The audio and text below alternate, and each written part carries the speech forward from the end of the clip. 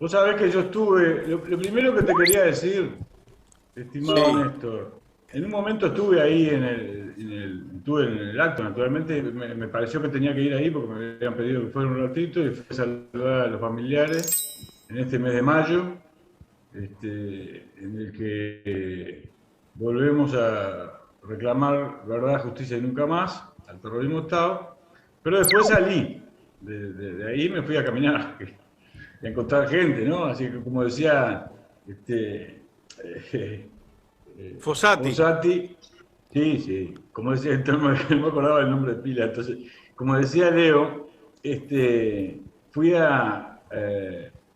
hacía mucho que no nos veíamos, entonces salía a caminar y me paró muchísima gente que ve el programa, pero no alguna gente, mucha gente.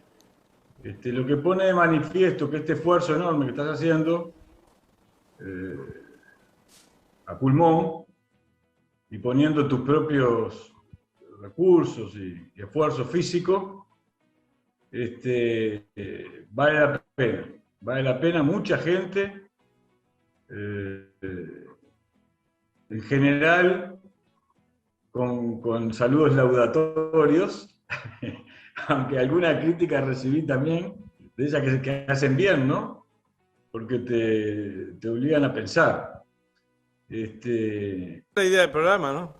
Exactamente, exactamente. La idea es fomentar la deliberación.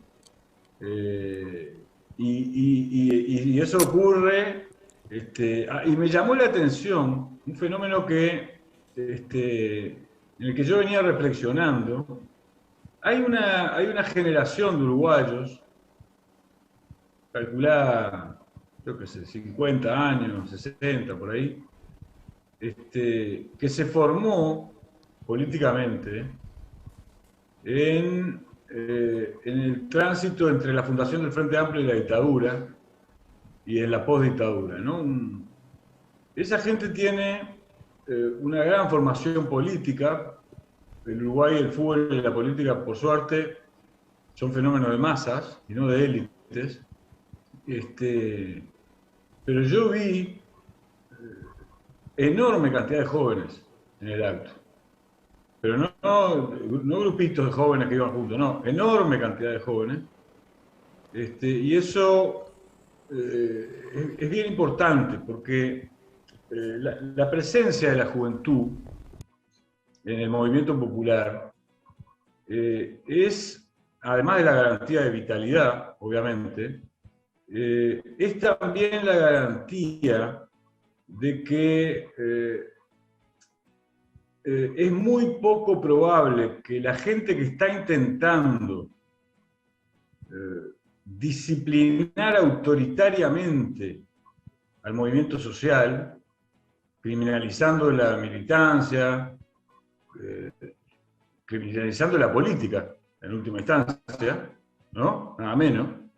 Esto que se dicen liberales y demócratas, y después criminalizan la política, porque quieren disciplinar al movimiento social, ¿no? Y son un grupito, no es todo el gobierno, son un grupito dentro del gobierno, que se mueven bastante bien profesionalmente, entonces a veces logran su objetivo. Y además, dicho sea de paso, incurren en esas prácticas porque quieren arrastrar al movimiento popular hacia una confrontación polarizada. Quieren provocar indignación para que el movimiento popular deje de actuar con la inteligencia, la sensatez de los procesos políticos de acumulación para transformar a la sociedad, que son largos. Es una provocación en la que no hay que entrar, no hay que entrar, porque ya vemos los resultados que tiene esa lógica en otros países. Degrada la democracia, degrada los contenidos de la democracia, degrada la calidad de la política. Entonces no hay que entrar en eso. Eso no significa no indignarse, no gestionar políticamente la situación para superarla, porque no se puede aceptar la criminalización de la política, ¿no?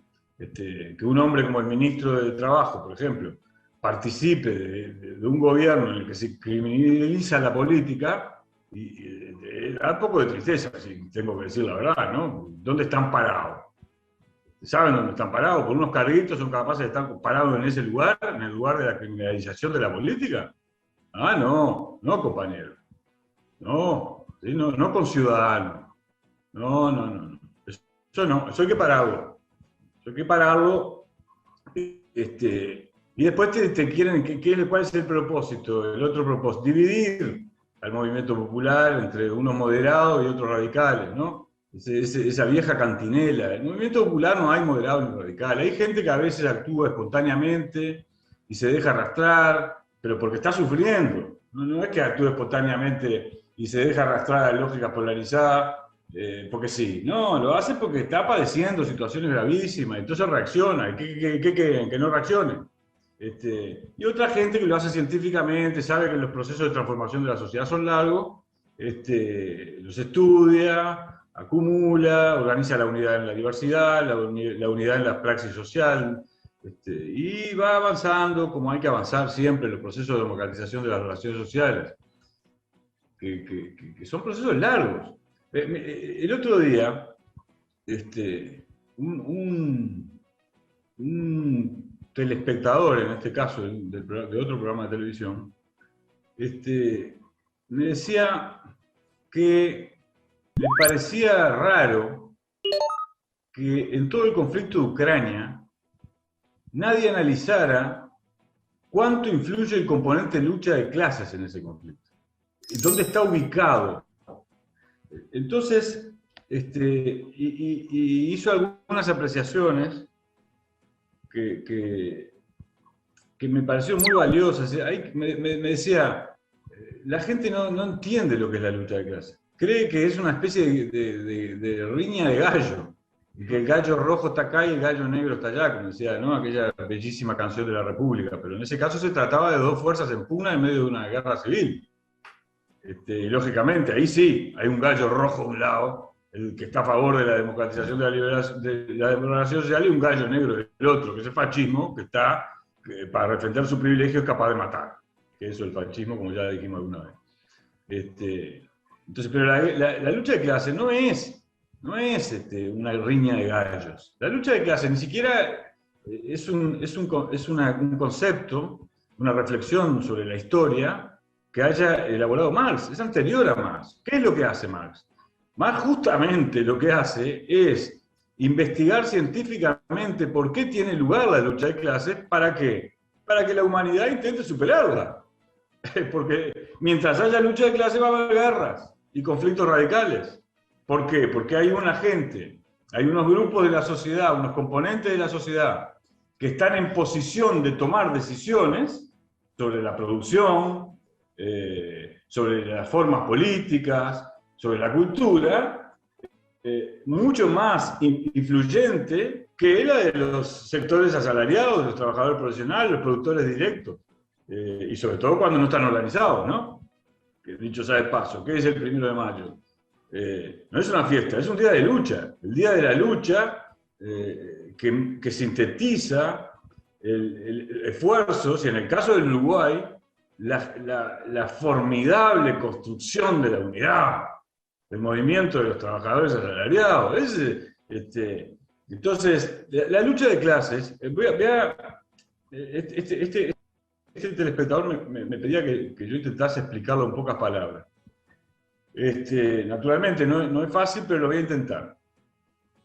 En el proceso de la civilización, es decir, en el proceso en el que los seres humanos tratamos de organizarnos para evolucionar, superar nuestra condición biológica animal básica, que nos lleva a competir por la escasez, en ese proceso también se dan dos fenómenos. Un fenómeno que es entre comunidades humanas, la comunidad humana que vive de un lado del río con la comunidad humana que vive del otro lado del río, que tienen algunas diferencias entre sí, que vienen de tradiciones, son el resultado de familias que fueron creciendo hasta conformar tribus, y entonces una tribu tiene unas necesidades de satisfacción de sus necesidades en tiempos de escasez, y la otra tribu que está del otro lado del río también tiene una necesidad de satisfacción de cuando hay situaciones de escasez, porque no llueve, por ejemplo.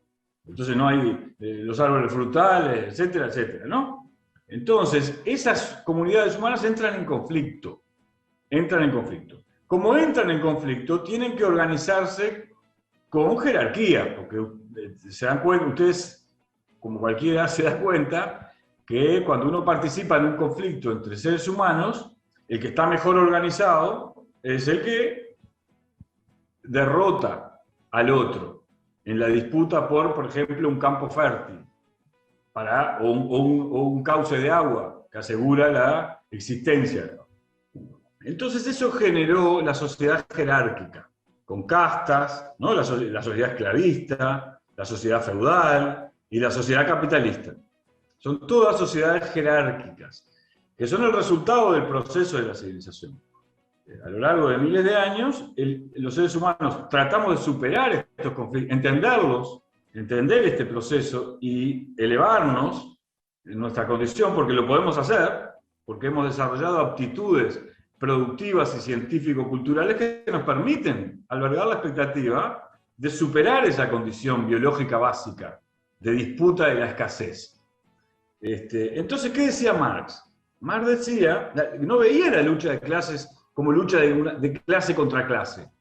No, eso a veces se da en una situación revolucionaria, pero muy pocas veces en la historia, en la que cuando una clase intenta aplastar a la otra, obviamente se produce una rebelión popular que produce un conflicto radicalizado. Pero eso no es lo que ocurre en general en la historia, porque esos conflictos son autodestructivos de la comunidad, que deja que ellos se instalen en su interior. Entonces no ocurre demasiado. Lo que ocurre en la historia en general es un conflicto, sí, permanente, histórico, que tiene que ver con este proceso de las comunidades humanas asegurando las condiciones para que la escasez no impida su reproducción como comunidad. Entonces, la lucha de clases no es un conflicto antagonista, como decía Marx, aunque hay antagonistas en la contradicción por la propia existencia de ese fenómeno. Además de esto, que hay que siempre entenderlo, el análisis científico de Marx lo que hace es decir, bueno, el hombre los seres humanos, estamos en condiciones de producir y desarrollar tecnologías, fuerzas productivas para producir abundancia. Estamos en condiciones como lo hemos demostrado. Entonces, lo que tenemos que hacer es superar las singularidades para poner a todos los seres humanos, a los científicos, a los trabajadores, a los empresarios durante un periodo muy largo, mientras cumplen un rol en la organización de algunas zonas de la producción, etcétera, las cooperativas, los estados, las instituciones, ponerlas a superar las singularidades para que la humanidad en su conjunto defina un programa conjunto, la humanidad socializada le llamaba Marx, cuando la humanidad ya interactúa toda ella en el mismo espacio natural que es la Tierra, como ocurre ahora, para producir abundancia.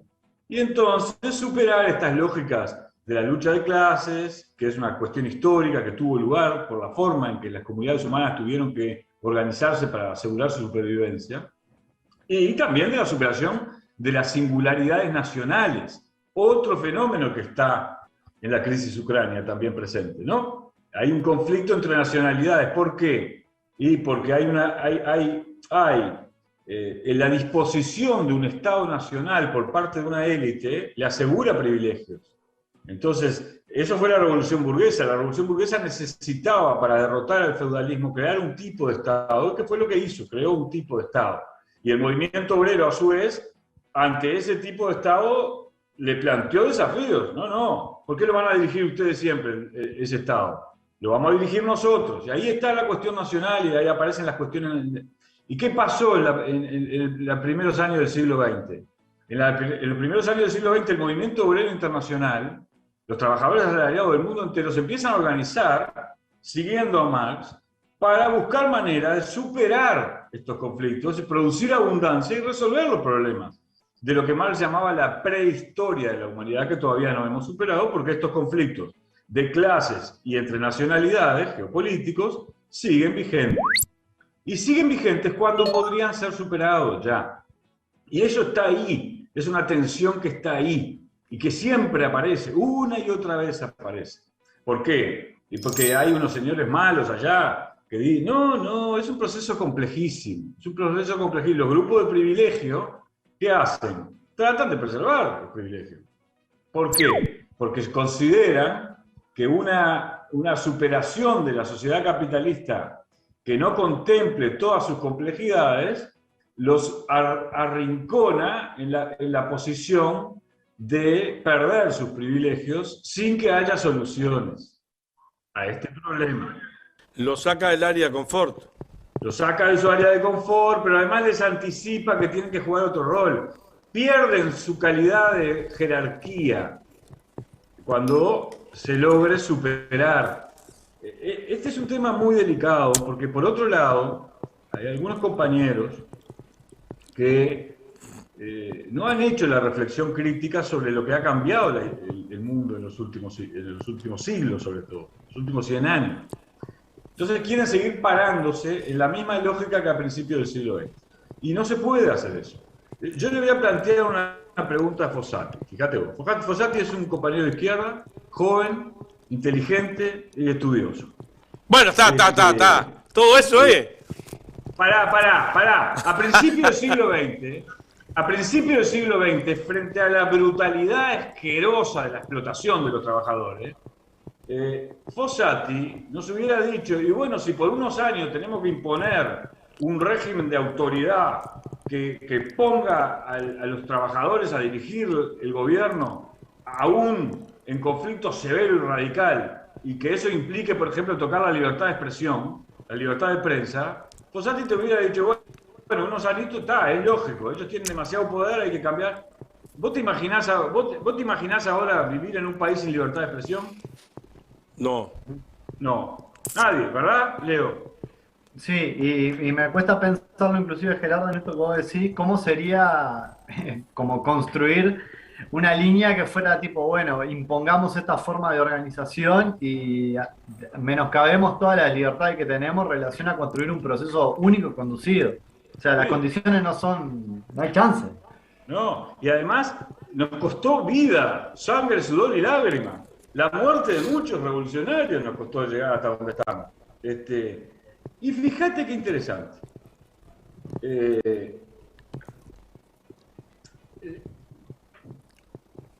Otro componente de la crisis ucrania, que hay que analizarla, porque miren que estamos en una situación delicadísima de ese conflicto con derivaciones que van a afectar al mundo entero, por lo menos por 10 años. Otro componente de la crisis ucrania es que el capitalismo corporativo, que estaba concentrando y centralizando el capital de modo obsceno,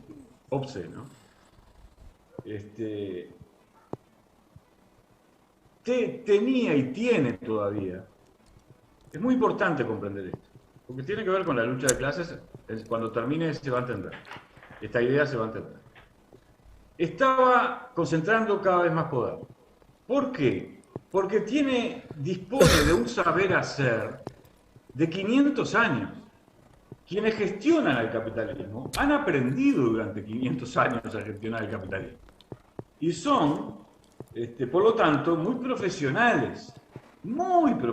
Que nadie subestime a esa aristocracia tecnoburocrática global de la que hablábamos hace algunos programas, que es la que gestiona el capital y que tiene componentes privados, fondos de inversión, estudios de abogados, estudios de contadores, gente de algunas instituciones internacionales.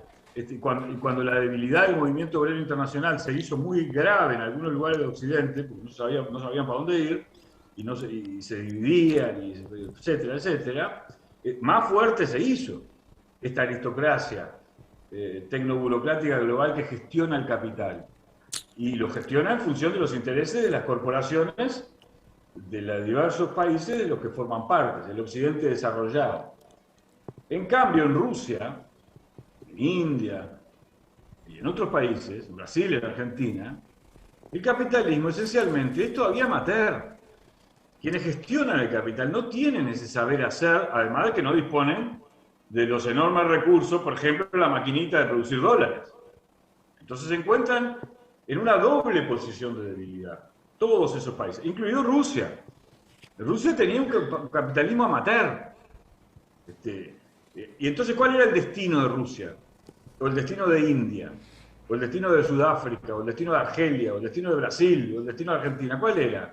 El de ser sometidos a los intereses de estos aristocracia tecnoburocrática que gestiona el capital y que responde a los intereses de un grupito muy chiquito de países. Muy chiquito, Estados Unidos, Gran Bretaña, Canadá, Australia, Inglaterra, el Reino Unido, esencialmente. Más allá de que hay otros, ¿no? Entonces, ¿qué pasa? Aparece China. Que eso también explica el conflicto de Ucrania. ¿Por qué el Occidente desarrollado tiró pólvora al fuego del conflicto entre Ucrania y Rusia? Y porque le venía bien. Porque debilitaba tanto a Ucrania como a Rusia, y en particular quería fragmentar a Rusia, balcanizarla. ¿Por qué? Porque Rusia es muy grande y muy rica. Y había decidido, la élite rusa y algunos componentes del sistema, habían decidido una alianza estratégica con China. Y China no representa este capital corporativo global de Occidente. China representa el gobierno de la política sobre ese capital. Por eso mismo, si ustedes observan, la propuesta de inserción en el mundo de China, ¿qué características tiene? ¿Tiene la característica del capitalismo Pac-Man que compra todo y lo concentra y lo concentra y lo concentra? No, tiene otra característica, se llama, no me acuerdo cuánto, de la ruta de la franja, la franja y la ruta de la seda. Y esa propuesta de China, de la asociación global para asegurar el intercambio comercial entre naciones, considera el problema del desarrollo desigual. No es que no pugne por asegurarse los recursos naturales que necesita para su industria, naturalmente que no, y esa pugna también es conflictiva, pero lo hace con un criterio político estratégico de superación del capitalismo que lleve 200 años. Y eso también perturba a esta aristocracia tecnoburocrática global. La perturba porque ellos están en posiciones de comodidad. A veces laburan, de modo alienado, y se rompen el alma, y están todo el tiempo ahí pensando cómo valorizar el capital, y se levantan. Observen ustedes un componente más que quiero anunciar, y creo que ya termino, porque aquel está mirando el reloj. Sí, no, exacto. Un componente más que quiero anunciar, porque tenemos que tenerlo en cuenta para analizar la complejidad. Esta aristocracia tecnoburocrática global, estamos hablando de millones de personas, en todo el mundo, millones de personas. No son una clase social, no sustituyeron a la burguesía, pero la burguesía, sin ellos, no existe ya. No está en condiciones de gestionar los procesos de valorización del capital, como antes, actores individuales o pequeños grupitos de capitalistas. Entonces, y a este componente hay que añadirle otro sujeto social al que frecuentemente no le damos la más mínima importancia y que tiene cada vez más importancia, que son los inversores, la figura del inversor. Ustedes se sorprenderían de saber que hay miles de uruguayos inversores, no superinversores, no los fondos de inversión que naturalmente lo que hacen es invertir, no los super fondos de inversión como el BlackRock, no sé cómo carajo se llama, que maneja empresas productivas, empresas especulativas, empresas financieras, empresas de la industria alimenticia, empresas de toda la industria de las TIC, en fin, es un monstruo, gestionado por miles y miles de personas en todo el mundo.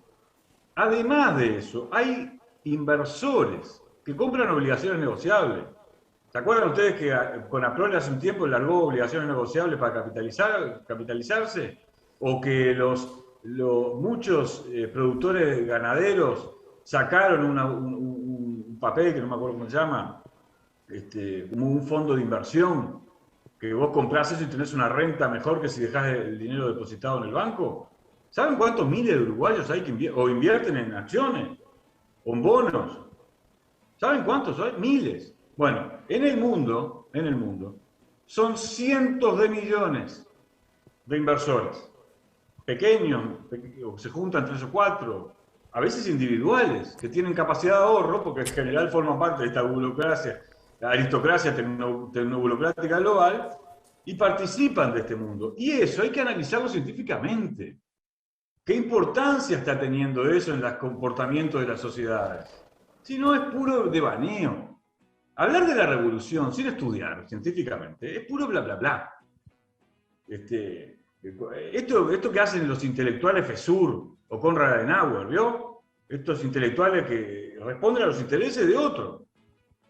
¿Por qué? Porque los intereses alemanes, ¿son los intereses de América del Sur hoy? No. Yo tengo respeto por FESUR como institución que promueve el pensamiento, porque es una institución que viene del movimiento obrero alemán y que ha jugado un rol importante en el desarrollo de la cultura. Pero no me hagas la agenda, flaco. La agenda de América del Sur no, la agenda la hago yo. Ayudarme a entender y estudiar. ¿Estudiás vos estos fenómenos o sos parte de la aristocracia tecnocrática global? Entonces vamos a tratarme de igual a igual. No me vengas a vender espejitos. ¿Me entendés? Para que vean esto, porque para que vean la complejidad del problema. El estado actual de la civilización es enormemente complejo. Tiene grandes oportunidades.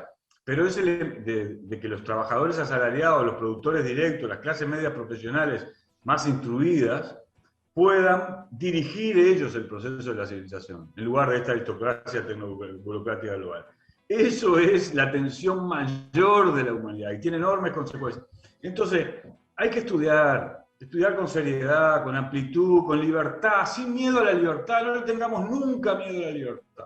Hay en la izquierda gente, y ya termino, porque si no el pobre Viera, le voy a robar muchos minutos. Hay en la izquierda alguna gente que todavía no comprendió una dialéctica que es complejísima y que hoy la vamos a anunciar para tratarla en el próximo capítulo de mi participación en el programa.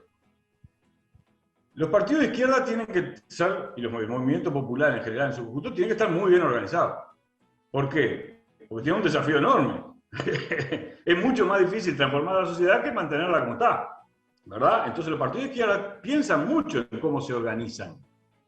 Mucho más cuando hay el neofascismo internacional, profesionalmente está interviniendo sobre la realidad de los países del mundo para alentar polarizaciones artificiales, llevar a las naciones a la autodestrucción para que sigan gobernando ellos, que son parte de esta aristocracia tecnocrática global, aunque en su lado más de ultraderecha, ¿no? Entonces, los partidos de izquierda, pero después, los partidos de izquierda, esa dialéctica hay que manejarla, hay que saber que hay que ser profesionales en la organización del movimiento popular, pero sin tener miedo a la libertad, porque estamos en un momento en el que hay que pensar todo, reflexionar, a la acción política. Y una cosa es el momento en el que se delibera y se piensa, y otra cosa es el momento en que se toman decisiones. Cuando se toman decisiones y una colectividad política toma una decisión después de deliberar y por mayoría, y bueno, la izquierda no puede darse el lujo, cualquiera puede hacer cualquier cosa. Ni la izquierda ni el movimiento popular. Y no puede darse ese lujo porque está en condiciones inferiores a las que tienen los grupos de poder históricos clásicos, de facto, los grupos fácticos, de toda edad y de todo carácter. Entonces, pero nunca, y mucho más en el estado actual de la cultura, del desarrollo de la economía y de las tecnologías, nunca tenerle miedo a la libertad. De esto hablamos en el próximo capítulo y les mando un abrazo enorme a los dos. Gracias, Bueno, gracias por estar ahí, Gerardo. Quedaron algunas cuestiones ahí que, bueno, Dale. como las relaciones coloniales del capital, que lo mencionaste medio a la pasada ahí, pero que capaz que nadie lo puede retomar porque explica mucho también parte de la incomprensión que tenemos a veces de entender los procesos económicos y políticos de esta región, ¿no? Que, digo, no, porque generalmente no se logran comprender del todo. Así que, la verdad, muchas gracias. Sí, claro, entendí. Justo, mira, te cuento y me voy. En la mañana de hoy me puse a tratar de hacer un dibujo. ¿Cuáles son las dialécticas de conflicto, le llamo yo, que están interviniendo en la crisis ucrania? Colonialismo, anticolonialismo está interviniendo. Lucha de clases está interviniendo. Corporativismo Pac-Man versus capitalismo amateur está interviniendo. Disputa de recursos naturales, es decir, geopolítico, está interviniendo. Son muchas al mismo tiempo. Y si vos te concentrás en analizar conflictos entre nacionalismos, también está interviniendo. Si vos te concentrás en analizar una sola, no entendés el conflicto. Entonces hay que concatenar todas las dialécticas de conflicto.